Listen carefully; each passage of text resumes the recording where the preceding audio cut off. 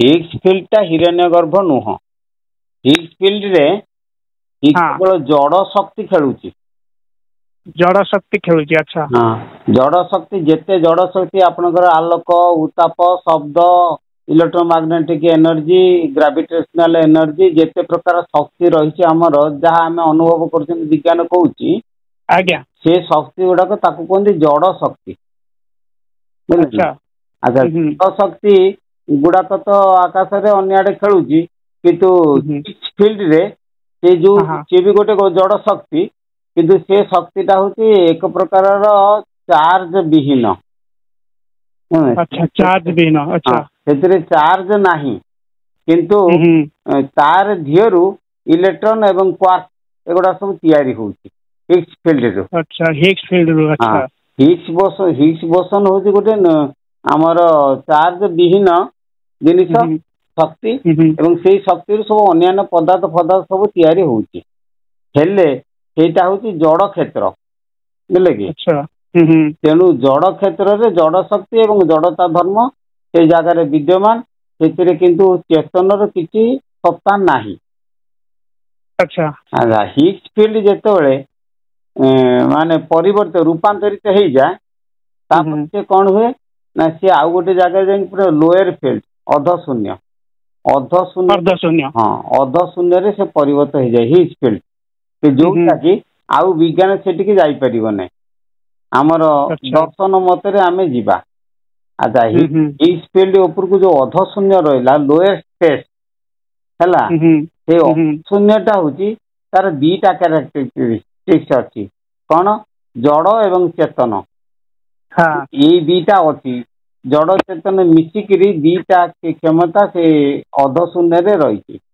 अच्छा अर्ध शून्य जो जड़ चेतन दीटा क्षमता रही जो जड़ क्षमता लोप पाई जाए चेतन क्षेत्र माने शक्तिटा रहे तेणु जो जड़ अर्ध शून्य जड़ क्षमता लोप पाए तापर जो चेतन शक्ति प्रकाश पाए से शून्य परिवर्तन है ना हो जाए मध्य शून्य तेणु मध्य शून्य रे चीट शक्ति रहे आउ जो अर्ध शून्य रे चीट अच्छी मिसिकी रहे चीट शक्ति मध्य शून्य रहे ताकू आमर भागवत गीता वेद वेदांत समस्त कहते ता ना महत ब्रह्म बा महतत्व अर्ध शून्यटा से जो महतत्व से महतत्व टाक कहुए हिरण्यगर्भ। महतत्व कहुए हिरण्यगर्भ।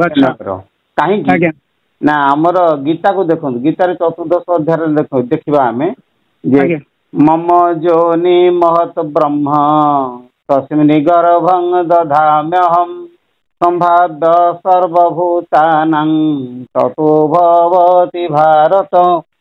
मिलल ना मोर जोनिटा हूँ महत ब्रह्म महतत्व हूँ मोर जोनि जोनि अर्थ उत्पत्ति स्थान जो जगार प्राणी उत्पत्ति हुए ताकू कहती कौन ना महत ब्रह्म महतत्व है भगवानंकर जोनि महतत्व जो ठारू समस्त प्राणी सृष्टि होती मु गोटे एपिसोड रे छाड़ी जे जोनि बा गर्भ दी भाग रे विभक्त बुझिपारे गोटे हूँ हिरण्यगर्भ गोटे हूँ मातृगर्भ। अच्छा मातृगर्भ रे कौन हुए ना माटा जो जीव होइतिबो ता गर्भरु सेई जीव ही उत्पत्ति हबो। माँ जदि मनीष होता है ताले ताठो मनुष्य जन्म हेबे माँ जदि गाई होता है ता गर्भरु गाई ही केवल गुरु जन्म लाभ करेंगे पहले ना किंतु हिरण्य गर्भरे ता नुहे हिरण्य गर्भरे सेठी तो हिरण्य गर्भर कौन से आकार ना कि सी कौन गोटे निर्दिष्ट आकृति जीव नुह तेणु ताठारू गाई गोरु छेली मेढ़ा मनीष सबु प्रकार विश्वर समस्त पृथ्वीर समस्त प्राणी सृष्टि हुए सूक्ष्म शरीर गुड़ाक सब ता भीतर रही था ना रही तेणु से सबू प्राणी गुड़िक सब सृष्टि हुए जो ना हूँ हिरण्यगर्भ। हिरण्यगर्भ अर्थ कौन ना हिरण्य मान हूँ सुना स्वर्ण गर्भ बुझे कि आंडकोशम बोली आमर भागवत अच्छी जे अंडकोश कहती कोश अर्थ गोटे कोश ता भीतर सब प्राणी मैंने सूक्ष्म रुहति पुणी जो जगत सृष्टि हुए प्राणी मैंने सब आसती जगत प्रलय हेले प्राणी मैंने से जाए विश्राम नियंती तेणु से जगटा को आम कह हिरण्य गर्भ बुझे हिग्स फिल्डटा हूँ आकाश हिग्स फिल्डटा हूँ आकाश कहीं आकाशटा संपूर्ण जड़ हिग्स फिल्डटा जड़ तेणु हिग्स फिल्ड कौन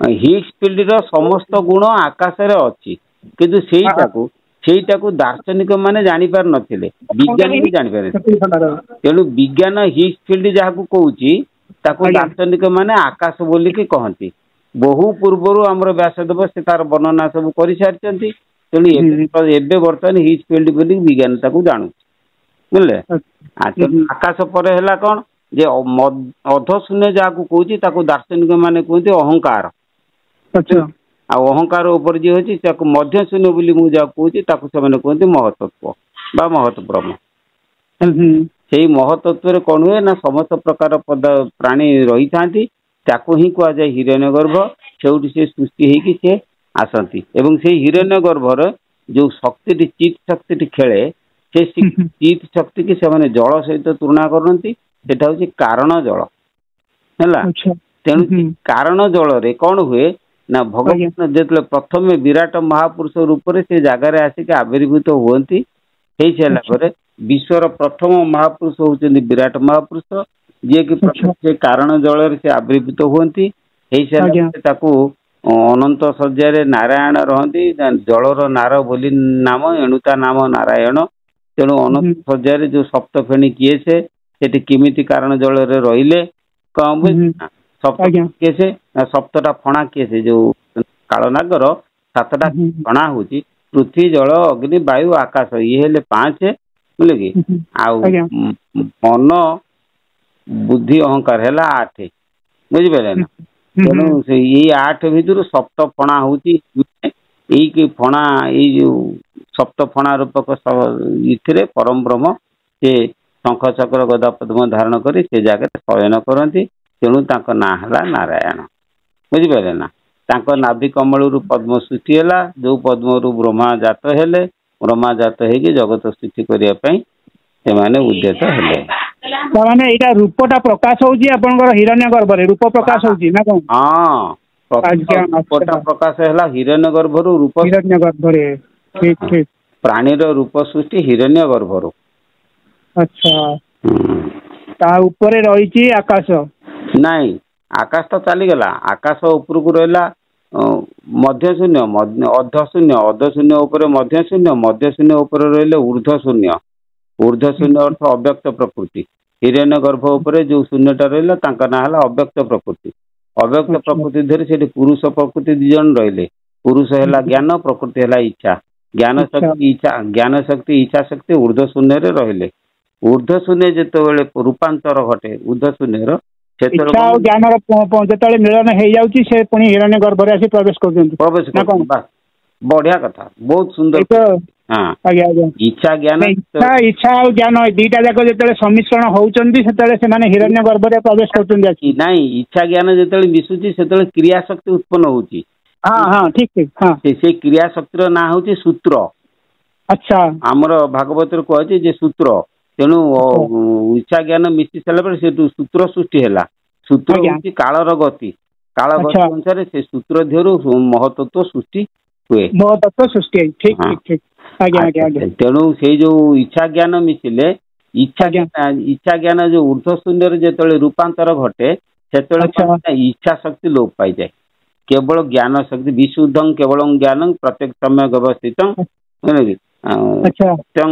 सत्यं पुनः मनाद्यंतं सत्यं पुनः मनाद्यंतं निगुणं नित्यमव्ययम् ताले खाली ज्ञान शक्ति रुहे ताले केवल से जो ज्ञान शक्ति से नाटा ज्ञान नुहे अच्छा इच्छा रे मिसिक रहिले ज्ञान जो इच्छा रहित होती ना हूँ ब्रह्म ब्रह्म अच्छा ज्ञान ब्रह्म परिणत होती केतबेले ना जेतबेले इच्छा रहित होती निर्गुण हो जाए तो निर्गुण हो जाती निर्गुण निर्विकार दे प्रकृति तो न जाने प्रकृति कले इच्छा इच्छा पार नहीं तेणु ज्ञान हूँ पुरुष प्रकृति है इच्छा तेणु इच्छा को आश्रय कले ब्रह्म जो इच्छा को आश्रय करती ना हो जाए ज्ञान एवं से पुरुष रूप से प्रकाश होती जो इच्छा रहित हो जाती ना हो जाए ब्रह्म निर्गुण ब्रह्म जहाँ आम कहीपर अच्छा ଆଉ କଣ ତାପରେ ସେ ଆସିକିରି ହିରଣ୍ୟ ଗର୍ଭରେ ଆସି ପ୍ରବେଶ କରନ୍ତି।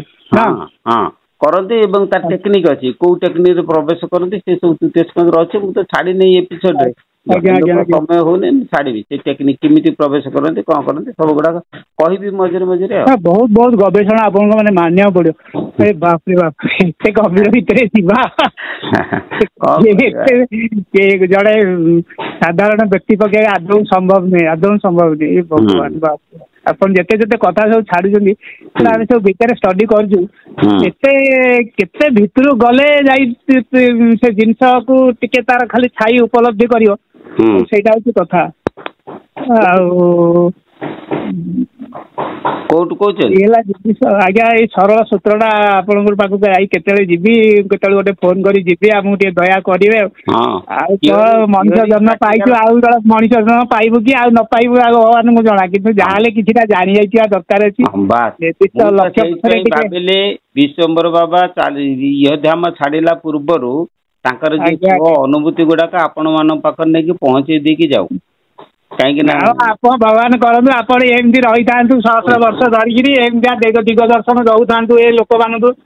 ଆଜିକାଲି ତ ଯୋଉ ଭଳିଆ ଲୋକମାନଙ୍କର ଚରିତ୍ର ନୀତିଗତି ଆଉ ଯୋଉମାନେ ନ ଜାଣିବା ପାଇଁ ଚାହୁଁଛନ୍ତି ତାଙ୍କ କଥା ତ ଅଲଗା କିନ୍ତୁ ଯୋଉମାନେ ଜାଣିବା ପାଇଁ ଚାହୁଁଛନ୍ତି ବା ଜିଜ୍ଞାସୁ ଯୋଉମାନେ ସେମାନଙ୍କୁ ଆପଣ ଯୋଉ ଦିଗ ଦର୍ଶନ ଦଉଛନ୍ତି ମାନେ ସତ ସତ ଧନ୍ୟବାଦ ଆପଣଙ୍କୁ ଉପରବାଲା ଆପଣଙ୍କୁ ସବୁବେଳେ ଘଣ୍ଟ ଘୋଡେଇ ରଖିଥାନ୍ତୁ ଏମିତି ଆପଣ ଦେଉଥାନ୍ତୁ। ହଁ ଦେଖିବା ଦଉଥାନ୍ତୁ ଯିବି କେତେବେଳେ ଆଉ ଯିବି ଯେମିତି ହେଲେ କେତେବେଳେ ଗୋଟେ ମୁଣ୍ଡକୁ ଦୁଃଖିବ ଫୋନ କରିବି ରାତିରେ ତ ସକାଳୁ ଉଠି ଯାଇ ପହଞ୍ଚିବି ଆଉ। ଏତେ ଆମ ପାଇଁ ଏତେ କଷ୍ଟ କରିବାକୁ ପଡିବନି ଆପଣଙ୍କୁ ଖାଲି ଆପଣଙ୍କୁ ଦେଖିଦେଲେ ଆମେ ସବୁ କିଛି ଜିନିଷ ମାନେ ଆସିଯିବ କରେଣ୍ଟ ଆସିଯିବ। ହଁ ନା କୋଉଠୁ କହୁଛ କୋଉଠୁ? ମୁଁ ରହୁଛି ଭୁବନେଶ୍ୱରର ଏଇ ଯୋଉ ଚନ୍ଦକା ପାଖରେ ଆମର ଘର ରହିଛି ଗୋଠପାଟଣା ବୋଲିକି ଆମ ନିଜ ଗାଁଟା ହଉଛି ଜୟଦେବ ବିହାର ବନମାଳୀପୁର ଆମର ଯୋଉ ଗୀତ ଗୋବିନ୍ଦମ ଲେଖିଛନ୍ତି ଭକ୍ତ କବି ଜୟଦେବ ତାଙ୍କରି ଘର ପାଖରେ। ଆଚ୍ଛା ତାଙ୍କ ଘରଠୁ ଆଉ 1 କିଲୋମିଟର ବାଟ ବନମାଳୀପୁର ବୋଲି ଆମ ଗାଁ ନା। ଆଉ ଚନ୍ଦକାରେ ରହୁଛ? ଚନ୍ଦକାରେ ଆମର ଏଠି ଘର ରହିଛି ଭୁବନେଶ୍ୱରରେ ଏଷ୍ଟାବ୍ଲିଶ୍ ଏଠି ଆଉ। ଆଚ୍ଛା ଆଚ୍ଛା ଆଉ ଜାଗା ବାଡି ଘର ସବୁ ଏଇଠି ରହିଛି ଗାଁକୁ ଏତେ ଯାଉନୁ ଅଳ୍ପ କେତେବେଳେ କେମିତି ଯାଉଛୁ। କେତେବେଳେ ଗଲେ ଗଣ୍ଡେ ଖାଇଦେଇକି ଚାଲି ଆସିବା ଆମର ଯୋଉ ମଧ୍ୟ ଶୂନ୍ୟ ଅଧ ଶୂନ୍ୟ ଉର୍ଦ୍ଧ୍ୱ ଶୂନ୍ୟ ପରମ ଶୂନ୍ୟ ଏଇ 4ଟା ଶୂନ୍ୟର ସ୍ଥାନ ଆମ ଦେହ ଭିତରେ କୋଉଠି ସେଇଟା ଆମେ 8 ତାରିଖ ଦିନ ଦେଖିବେ। 8 ତାରିଖ ଦିନ ଦେଖିବି। 8 ତାରିଖ ଛାଡିଛି ସେ ଲେଖା ହେଇଥିବ ଭାଗବତ ବିଜ୍ଞାନ ବୁଝିଲେ ସେ ଭାଗବତ ବିଜ୍ଞାନର ସରି ଭିତରେ ସେ ସୂର୍ଯ୍ୟ ଗୁଡିକ କୋଉଠି ଅଛି ମୁଁ ଲେଖିଦେଇଛି ଗୋଟି ଗୋଟି କରି ତାକୁ ଆମେ ଦେଖିବା ଆଉ। ଆଚ୍ଛା ଏଇ ଯୋଉ ମାତ୍ରା ଗୁଡାକ ଏଇଟା କଣ ଅର୍ଦ୍ଧମାତ୍ରା ଦେହରୁ ଏଇଗୁଡାକ ସବୁ କ୍ଷରଣ ହଉଛି ଏଇ ଯୋଉ ଭାଇବ୍ରେସନ ହଉଛି ଅର୍ଦ୍ଧମାତ୍ରା ଯୋଉ ଢେଉ ଖେଳୁଛି ସେ ଢେଉ ଭିତରୁ ଏ ମାତ୍ରା ନା ସେଇ ଧାରଣାଟା କାଟିଦିଅ।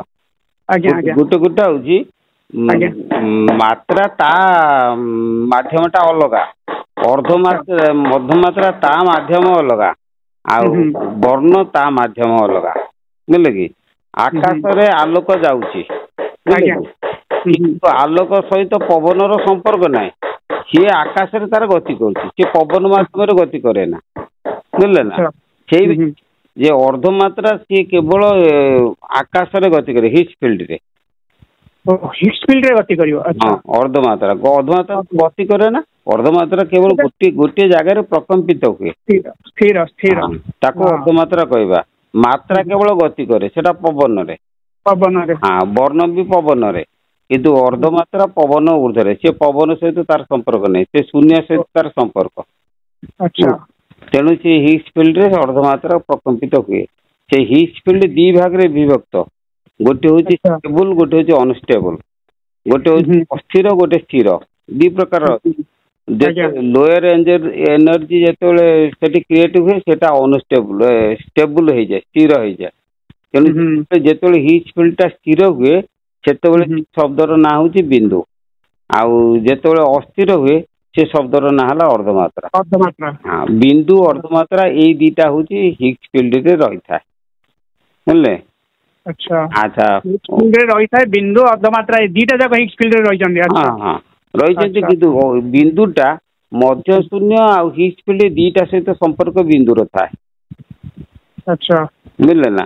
କିନ୍ତୁ ମଧ୍ୟଶୂନ୍ୟ ଉପରେ ଯୋଉ ଅଛି ହିରଣ୍ୟଗର୍ଭ ଯାହାକୁ ଆମେ କହୁଛନ୍ତି ମଧ୍ୟ ଶବ୍ଦ ଗୋଟେ ଅଛି, ସେଟା ହଉଛି ପୂର୍ଣ୍ଣ ଚେତନା ଶବ୍ଦ। ସେଇ ଶବ୍ଦର ନାଁ ଆମେ ସାଧୁ ମାନେ ଦେଇଛନ୍ତି, ତା ନାଁ ହେଲା ବିସର୍ଗ।